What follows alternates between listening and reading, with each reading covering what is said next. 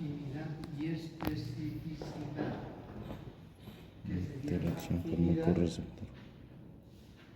Bueno, la capacidad que posee las moléculas del receptor de fijarse con el fármaco y la especificidad, que son especiales para este fármaco, no pueden usar otro fármaco, ¿no?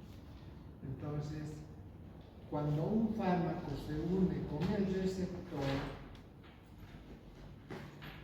tiene que haber una interacción molecular entre el fármaco y el receptor, ¿verdad? ¿Sí o no? Entonces, cuando existe esa especificidad entre el fármaco y el receptor, se unen por qué tipo de uniones.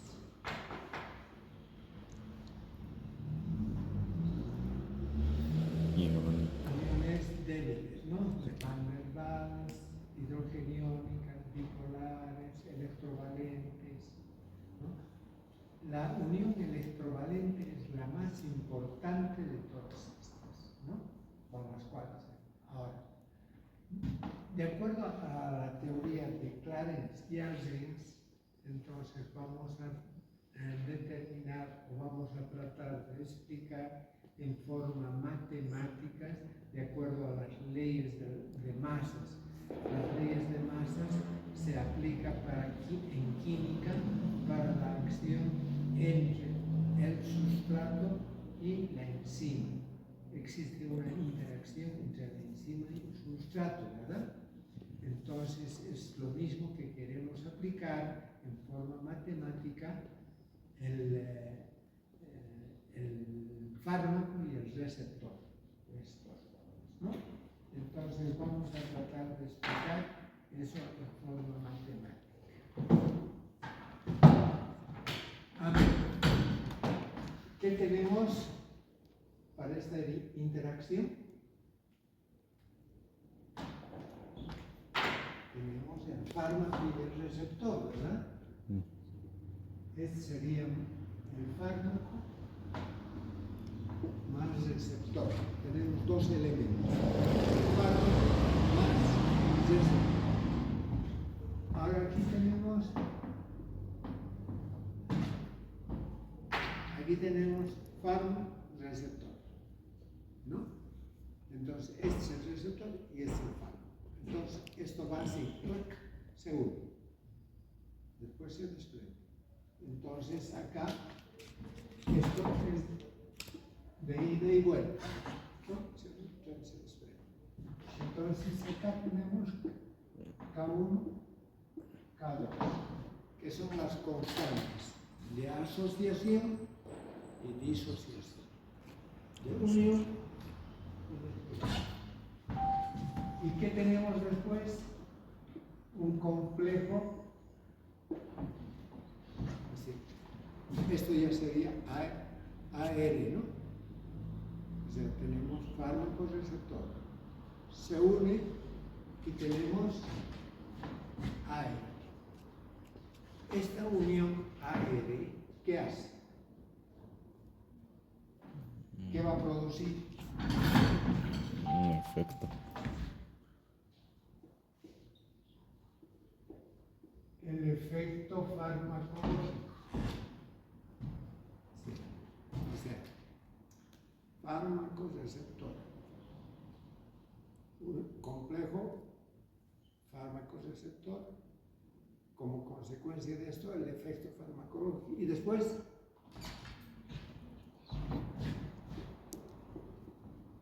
más el receptor liberado.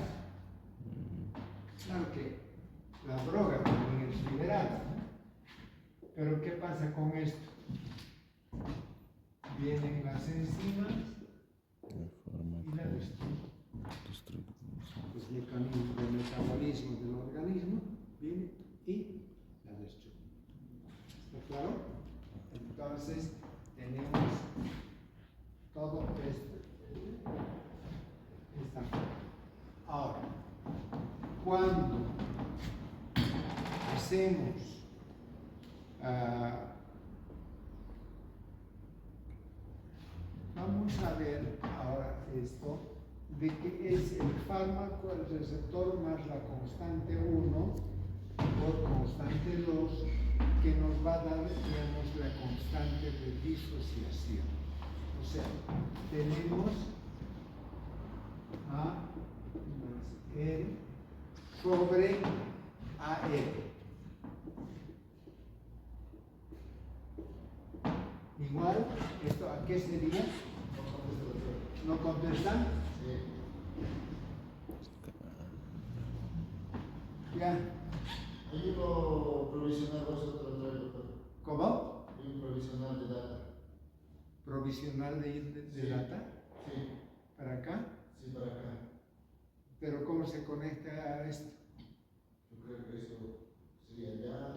No, lo dejaríamos ahora voy a ir y que vengan que arreglen, cambien o hagan lo que tienen que hacer. Ya, doctor, yo lo voy a hacer conocer también si me interesa, ¿no? Y lo voy a hacer conocer. Ya, Sí. listo. Miren, aquí tenemos constante 1 sobre constante 2. AR igual constante de asociación, AR y constante de disociación. Ok. Esa sería la constante de disociación, ¿no? Ahora, lógicamente, ¿qué tenemos? A más R. Esto nos va a dar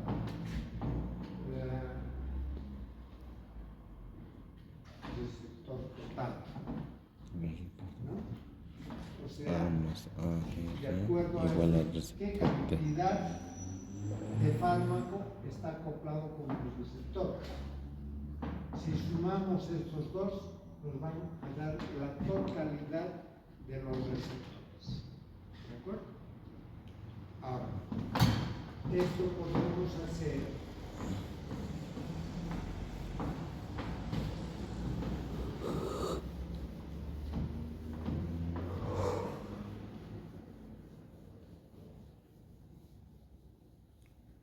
de la siguiente forma.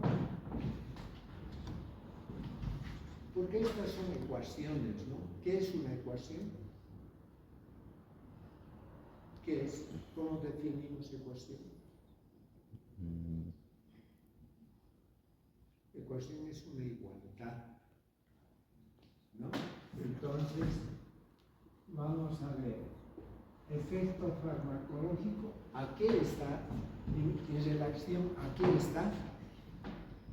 En relación a afinidad. ¿Qué es la afinidad? La capacidad de unirse la droga y el receptor. La afinidad la vamos a representar con A minúscula, ¿ya? ¿La afinidad entre qué?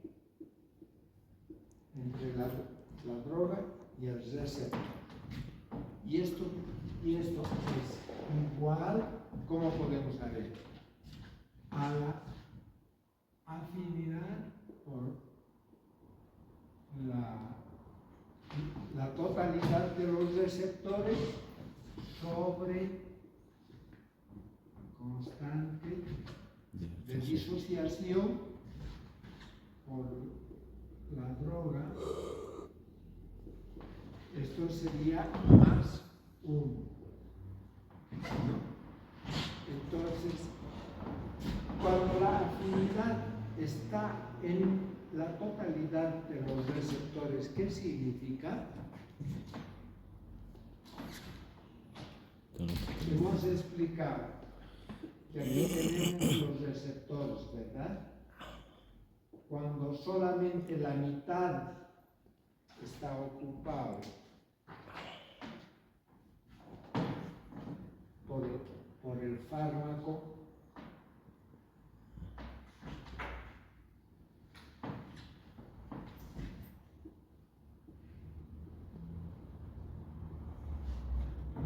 ¿qué es lo que tendrá? Solamente la mitad, pues, ¿verdad? Entonces, Cuando la totalidad de los receptores está ocupado, ¿qué se tiene? Efecto total. ¿Qué se tiene? Un efecto total al 100%. El 100%, ¿no? ¿Eso es qué significa? El efecto máximo. Ahora, esto podemos reemplazar así. Efecto farmacológico igual a igual efecto farmacológico máximo, la constante A por la droga más 1.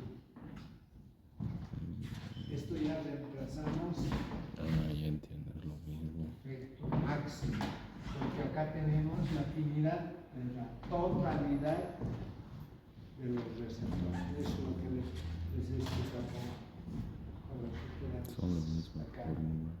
Bueno, esto es en química de lo que es que se llama la ley de masas, de acuerdo a la teoría de Arens, ¿no? Entonces, si hacemos un cuadro,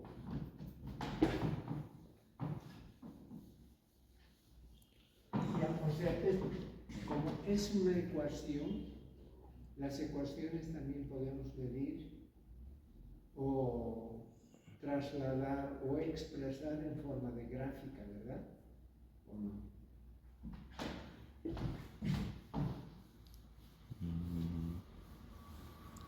Nunca lo he hecho, ¿Cómo representaremos una gráfica en una abscisa, una ordenada? Aquí, digamos, la dosis y aquí, digamos, esto vamos a hacer logaritmo.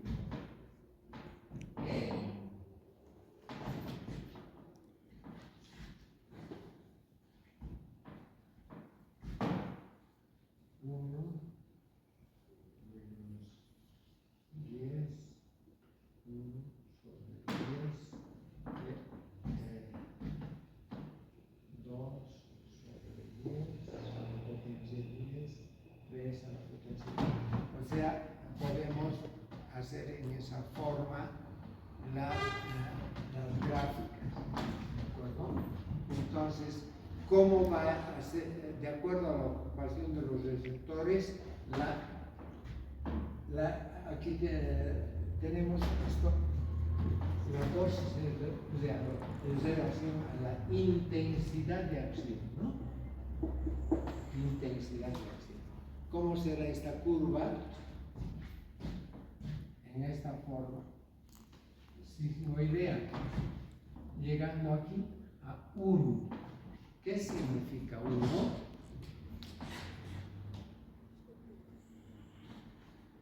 La ocupación total de los receptores, ¿verdad? Entonces, ¿qué significa el 1? La ocupación total de los receptores. ¿Qué hemos dicho que es esto? Efecto máximo. Efecto máximo. Aquí vamos a tener un efecto máximo. O sea que por más que demos más droga, entonces no se va a sobrepasar por esto porque ya están todos los receptores ocupados. Lo que tendríamos droga alrededor, pero sin que produzca ya nada. Si damos un 75%, entonces aquí tendremos un 0,75 de efecto farmacológico, ¿no? Efecto farmacológico, ¿verdad? Si tenemos un 50%, acá 0,5, ¿no? De efecto farmacológico. Aquí 5, y cuando es antagonista, 0, 0. ¿No? Entonces, esta gráfica ha sido sacada del ITE, que es el libro de farmacología.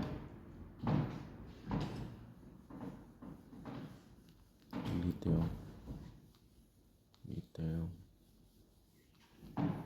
Bien, ahora, ¿cómo se unen los receptores? Por uniones de Van der Waals, ¿no? Entonces, en las uniones de Van der Waals tenemos diferentes tipos de uniones, dentro de las que podemos indicar las de Kisum, que quiere decir polo.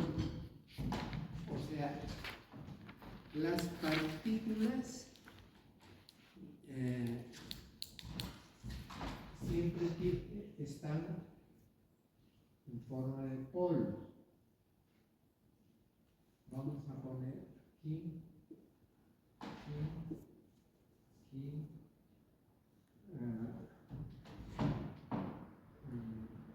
vamos a poner, digamos,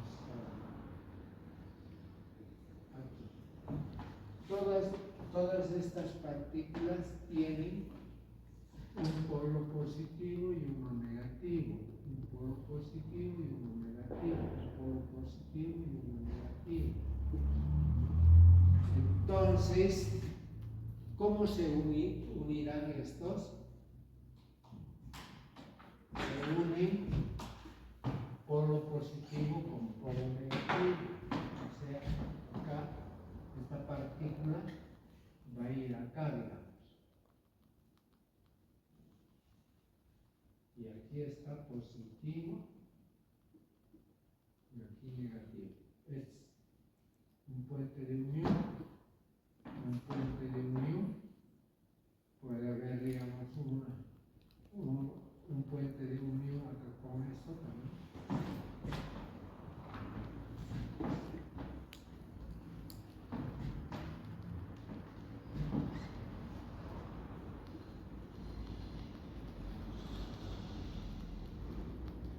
O sea, los polos positivo y negativo en electrovalencia se atraen. Cuando son del mismo polo, no pueden unirse, digamos, positivo con positivo, aquí tenemos positivo. No puede haber una unión, digamos, en esta forma. Se repelen, ¿no? Entonces, cuando tiene esta forma, se llama, las uniones de Kisum.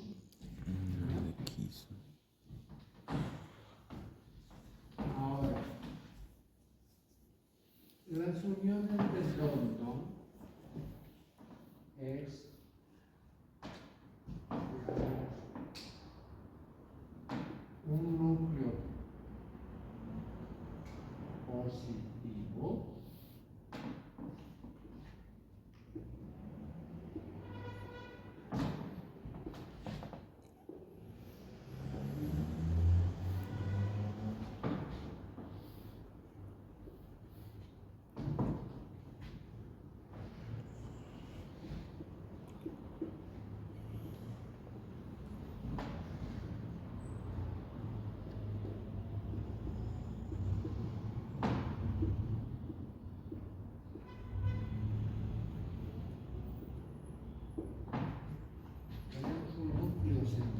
positivo que conglomeran las partículas, dándonos. Ahora, ¿cómo es esto de la electricidad? ¿Cómo es? Tenemos dos tipos de electricidad, ¿no? Continua y alterna. ¿Qué tipo de electricidad será? Continua. Es cuando nosotros, alguna vez ustedes han estado con una ropa de lana sobre algo sintético, se levantan chispas así. Es cierto, las partículas tienen la misma electricidad. Entonces, estas partículas entre lo que es los átomos van girando, ¿no? Al girar, entonces pueden tornarse de positivo a negativo, positivo, negativo. Entonces, al girar alrededor de este núcleo puede haber una despolarización. Digamos, si esto invertimos, digamos, esto lo hacemos positivo y esto lo hacemos negativo, ¿no? Como gira, acá tendríamos positivo y positivo. ¿Qué pasaría? Esto se expulsara, ¿no? Entonces puede cambiar, puede tocarse, puede desintegrarse esta partícula, ¿no? Porque tiene una unión débil que es electrovalente. ¿Está claro? Entonces, muy bien. Después tenemos las uniones hidrogeniónicas, ¿no? Las uniones hidrogeniónicas pueden formar dímeros.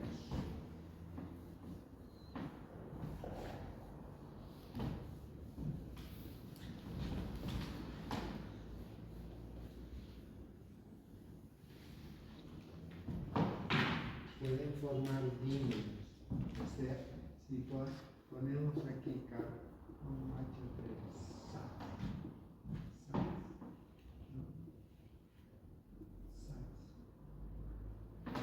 acá digamos hidrógeno, oxígeno, hidrógeno,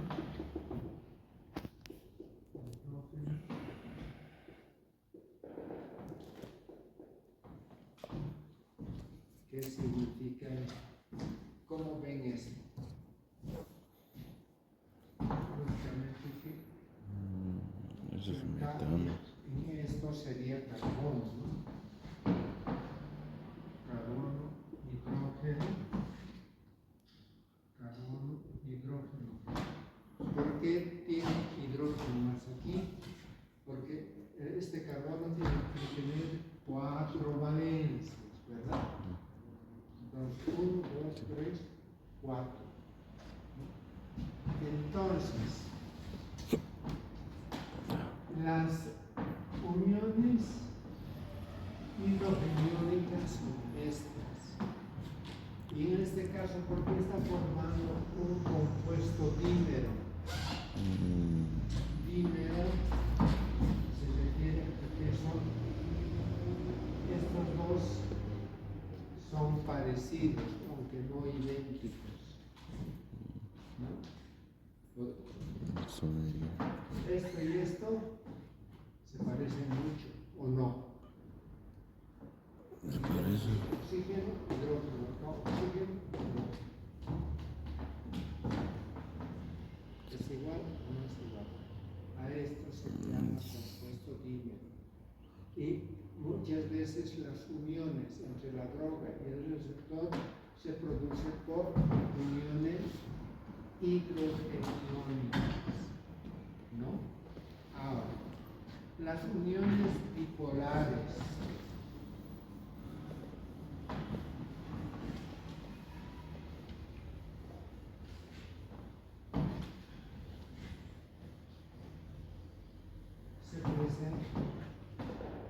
Se dice que son bipolares porque una molécula tiene los dos polos, ¿no? Positivo y negativo. Por ejemplo, puede ser acá, digamos, un oxígeno, aquí tiene la unión, y aquí puede estar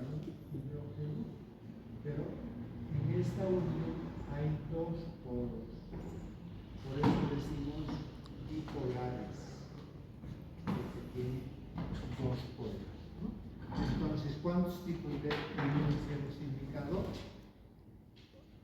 Electrovalentes, de Van der Hidrógenos, Waals, hidrógenos.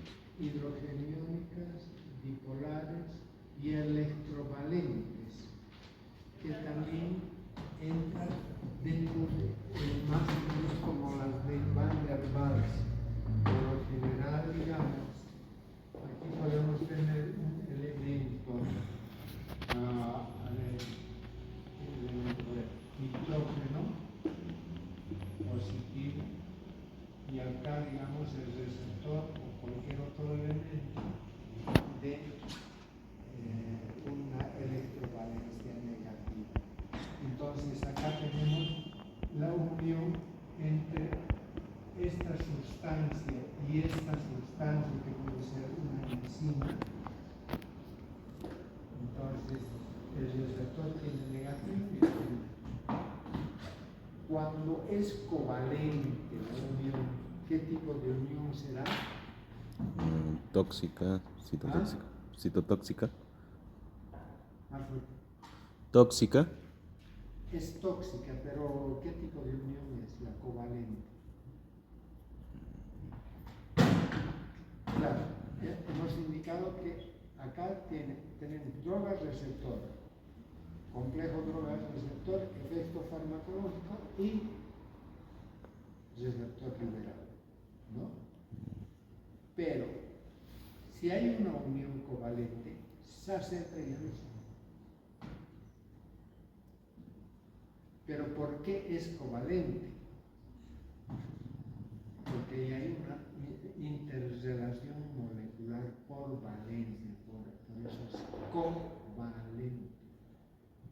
Entonces, esta unión, como ya es química, es fuerte y no se deshace. Entonces, los venenos por lo general actúan de esa forma. Por ejemplo, los raticidas. Los raticidas van a ir porque son compuestos fosforados, se unen con el receptor en forma covalente.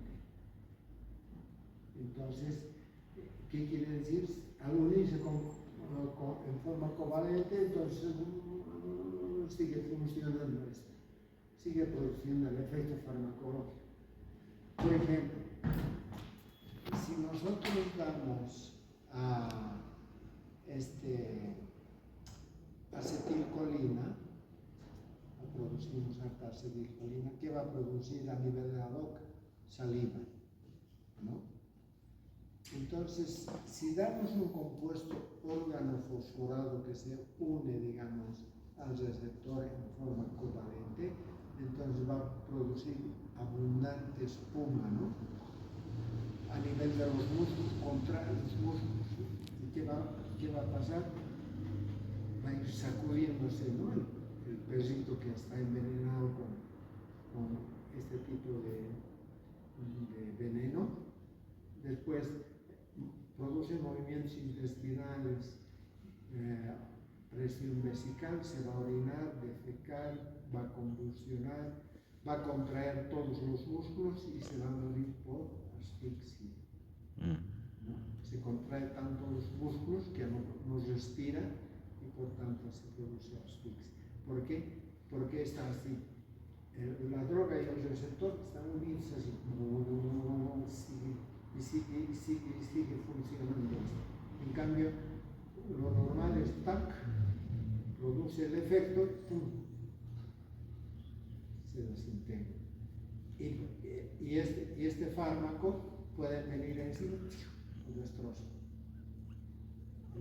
Y eso, digamos, dentro de la farmacocinética que hemos indicado, ¿qué quiere decir? Metaboliza, se metaboliza, ¿no? Se destruye, se metaboliza. ¿De acuerdo? Bien, a ver qué más. Tenemos compuestos uniones dipolares, de Van der Waals, hidrogeniónicas, compuestos fosfatos.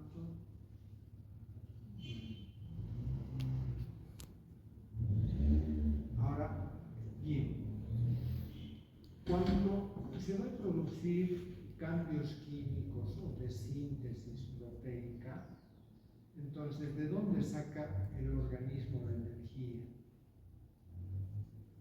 ¿Cuál es? Tenemos dos tipos de energía, ¿no? O dos tipos de combustible tenemos en el organismo. ¿Cuáles son? ¿Cuál es ese combustible que tenemos en el organismo?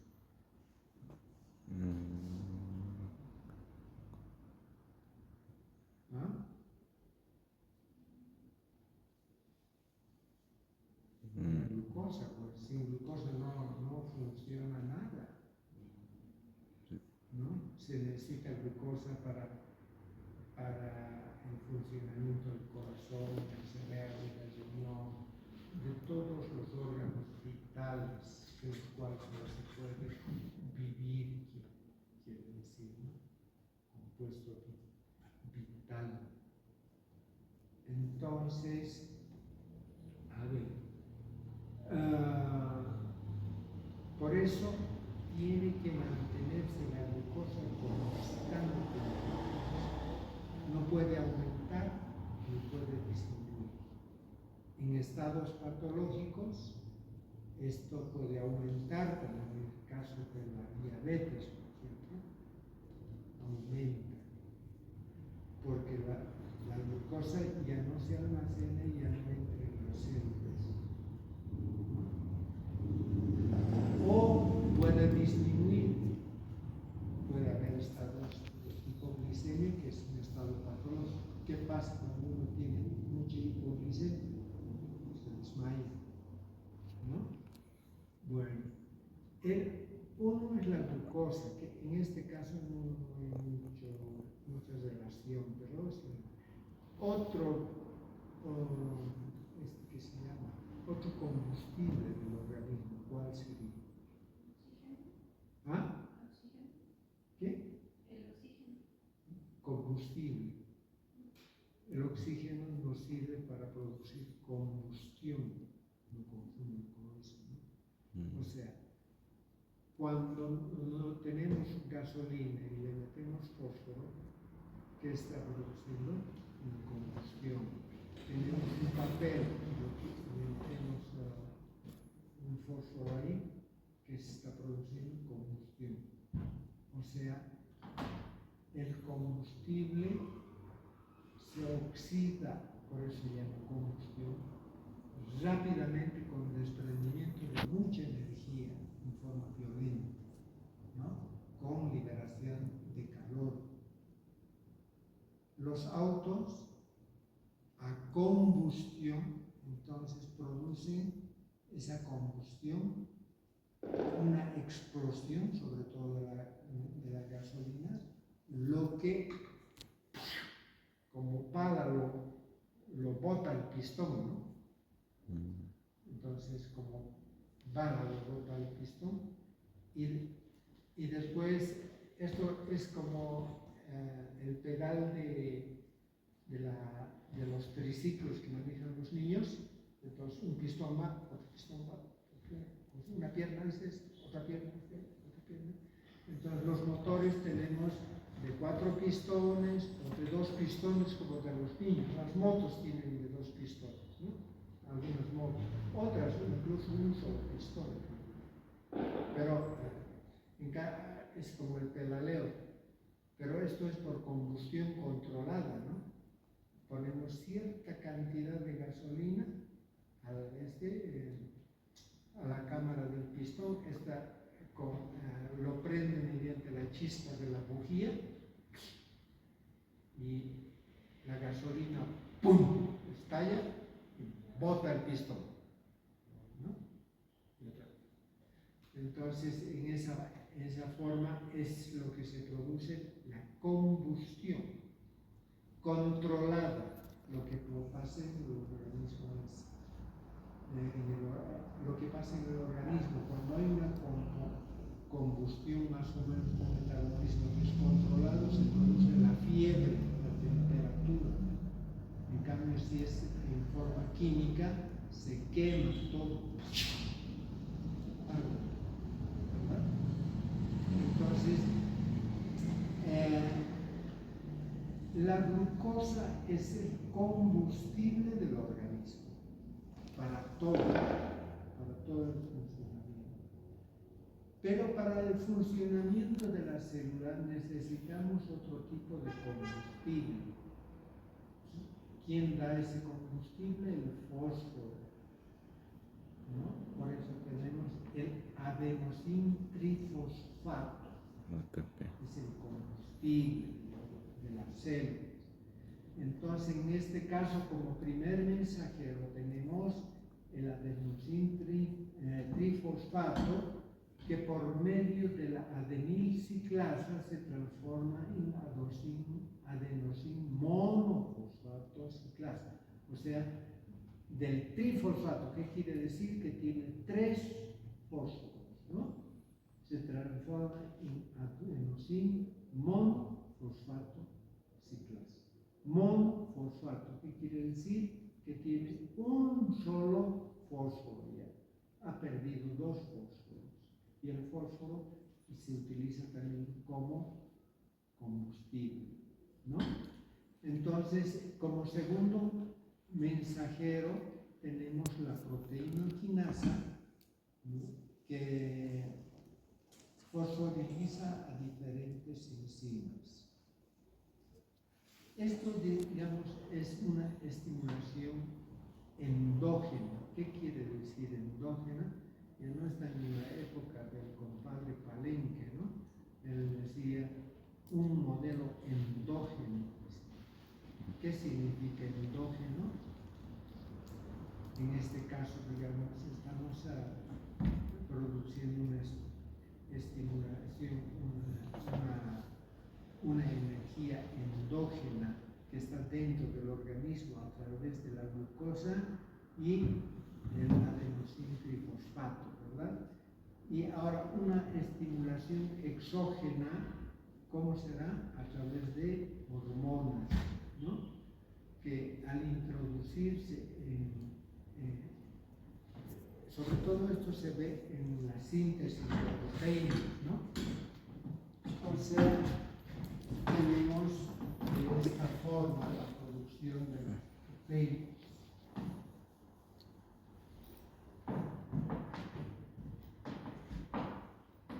Aquí tenemos la célula, tenemos el núcleo. En el núcleo, ¿qué se encuentra? Fundamentalmente.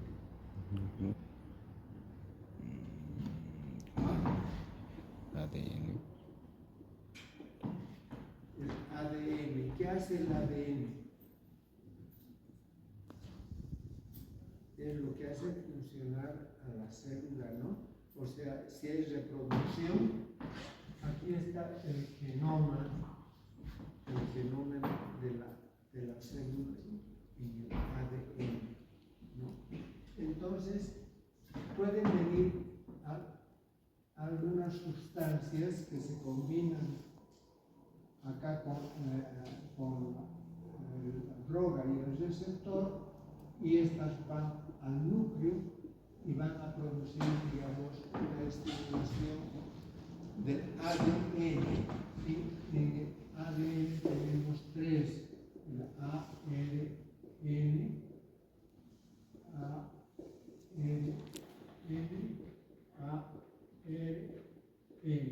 Esto tenemos mensajero, de transferencia y del ribosomo.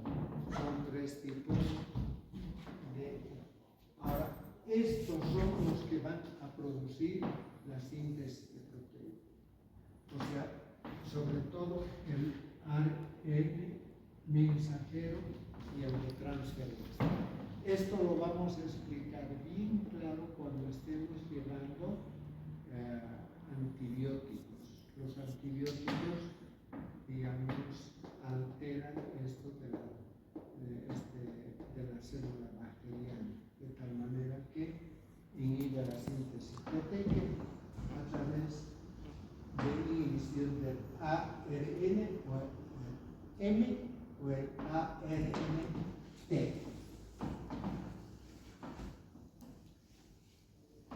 ¿Me están entendiendo, no? Sí. ¿O no? Muy bien.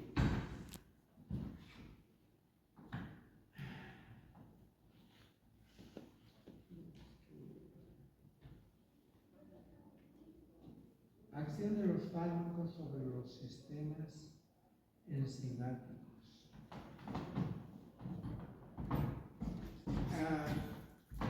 Acción, ¿de qué hemos dicho?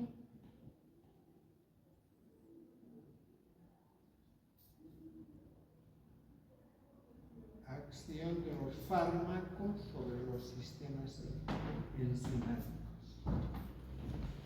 Dentro de una reacción química dentro del organismo, ¿qué elementos tenemos?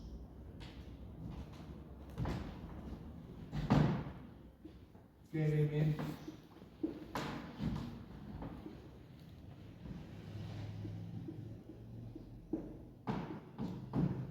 La enzima y el sustrato, ¿no? Entonces, cuando la enzima se une al sustrato, o sea, enzima más sustrato, tendremos como resultado una reacción química, ¿no? Ahora, esta reacción química puede ser, digamos, de estimulación, de presión, dependiendo de la función que tenga que hacer esta enzima, ¿no? Pero aquí no está el fármaco, por eso estamos poniendo cómo actúan los fármacos dentro de lo que es. Muchos fármacos pueden alterar, o algunos fármacos pueden alterar esta reacción química de enzima-sustrato. ¿Y cómo lo hacen? En forma competitiva y no competitiva. Entonces, competitiva, ¿cómo sería? Cuando este fármaco se une con el sustrato, ¿no? Y lo deja a un lado a este fármaco. ¿Está claro? O sea, aquí hay un matrimonio estable, ¿verdad? Viene el amante, lo hace andar al esposo, ¿no? ¿O no? Entonces, en esa forma, acá el fármaco está compitiendo con la enzima por el sustrato, ¿verdad? Bien. Y la no competitiva es cuando la enzima, acá tenemos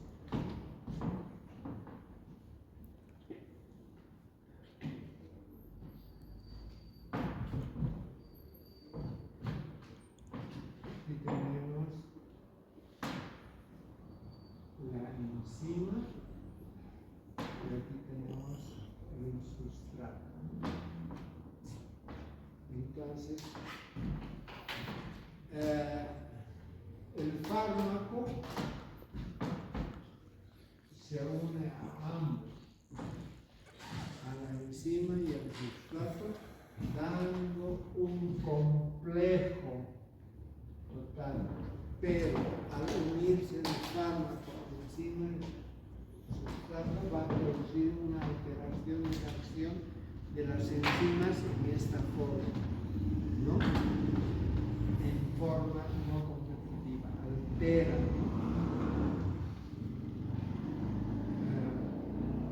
Esto, digamos, impide que la enzima actúe sobre el sustrato. En ambos casos se está produciendo una inhibición. En este caso, la inhibición es irreversible. En cambio, en la otra sí es reversible. Bien. Vamos a hablar ahora de la acción combinada de los fármacos.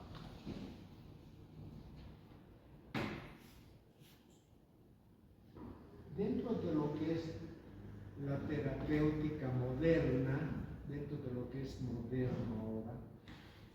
Entonces, ¿cómo es la medicina moderna actual y cómo era la medicina, digamos, hace 50 años atrás más?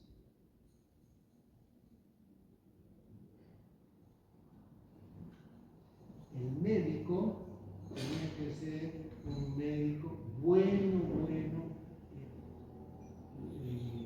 clínica.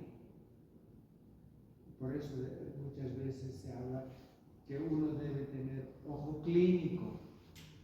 ¿Ve? Entonces solamente con observar a un paciente, ¿no? Tiene ictericia, está mal del hígado, o sea, le ve piel amarillo, los ojos amarillos, los labios muy amarillos, está mal del hígado, ¿verdad? Es un diagnóstico clínico, por eso decimos. Entonces, ahora tenemos otras formas más de hacer un diagnóstico clínico mediante la percusión, la palpación, ¿no? La observación. Si hay una inflamación va a estar rojo esto, ¿no? Hay vasodilatación, edema. Entonces, uno clínicamente. ¿Cómo es la medicina actual?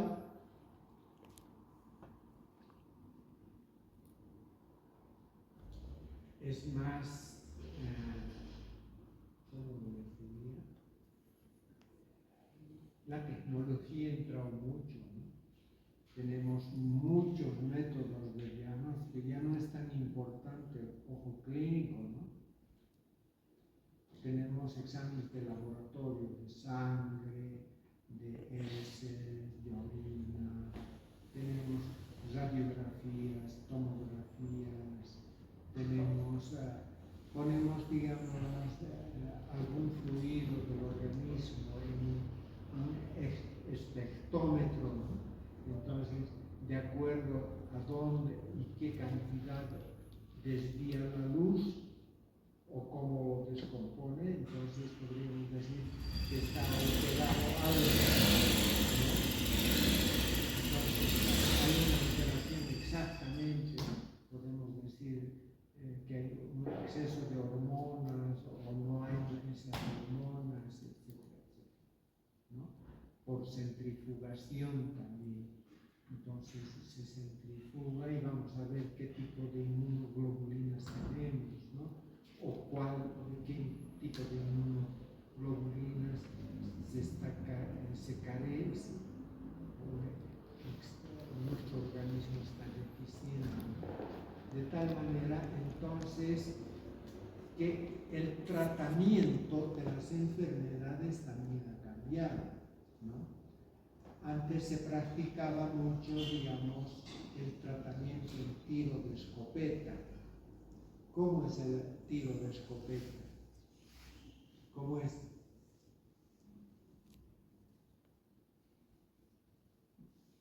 ¿Cómo es el tiro de escopeta? ¿Cómo es la escopeta? ¿Cómo son? Tira perdigones. Tira perdigones, muchos perdigones, ¿no? Cada perdigón, ¿qué será?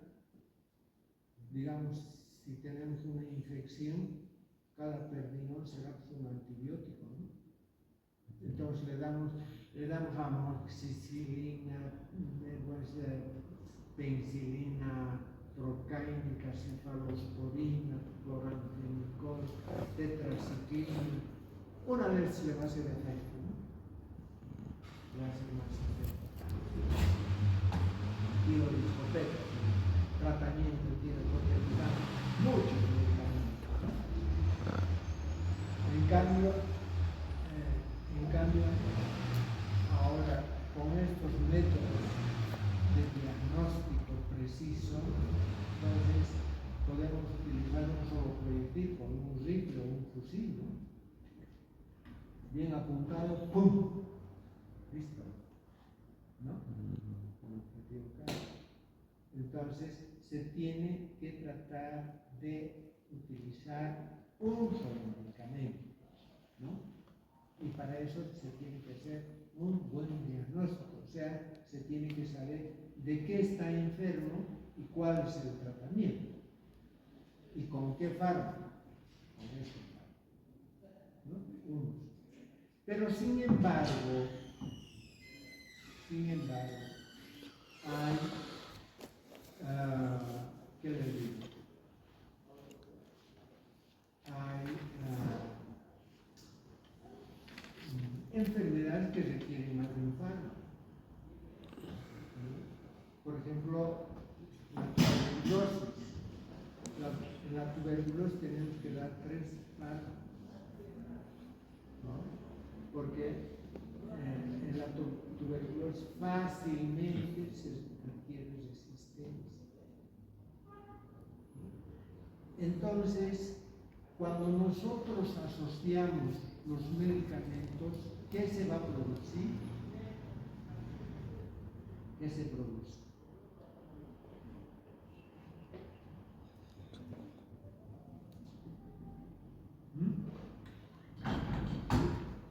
¿Para qué voy a asociar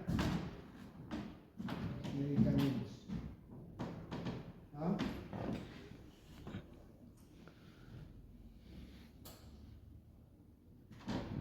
¿Para qué voy a asociar?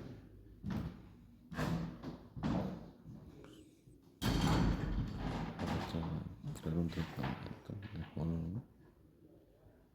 Uno, para aumentar la acción farmacológica. Si combino aspirina con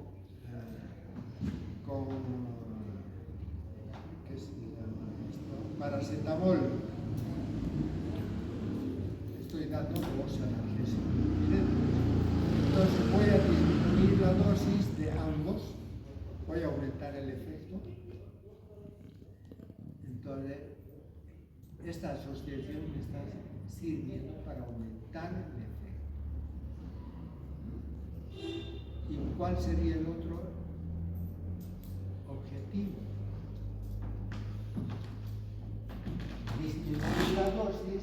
Al disminuir la dosis, también voy a disminuir los efectos tóxicos o efectos colaterales que tenga este medicamento.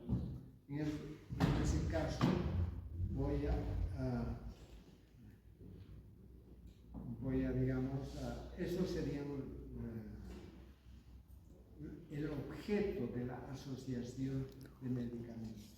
Disminuir la dosis, aumentar la potencia y disminuir su toxicidad hasta 3 por lograr. Entonces,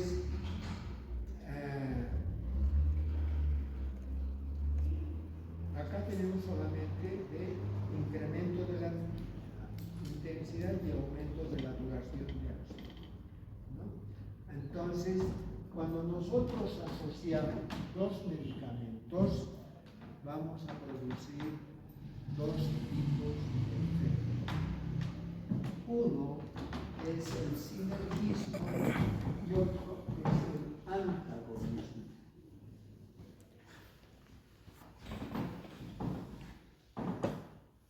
¿Cómo será el sinergismo?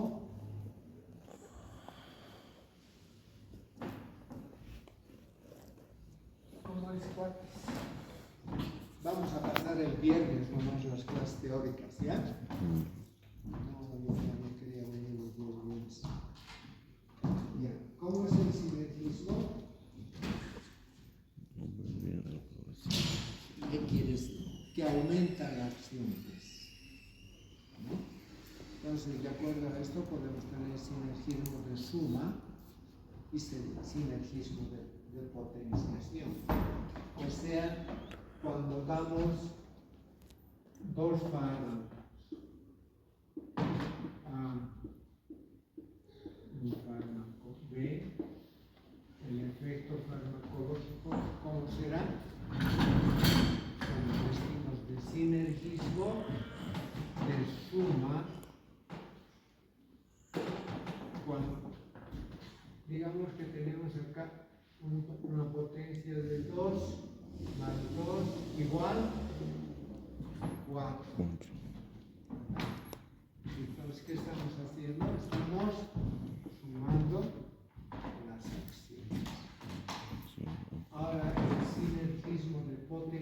potencio es cuando el resultado es mayor a la suma de estos dos extremos. Mucho más tiempo. Podemos ver, es como tener 10 más 2, ¿cuánto sería? 12. 12. 10 a la potencia 2, ¿cuánto es? 100.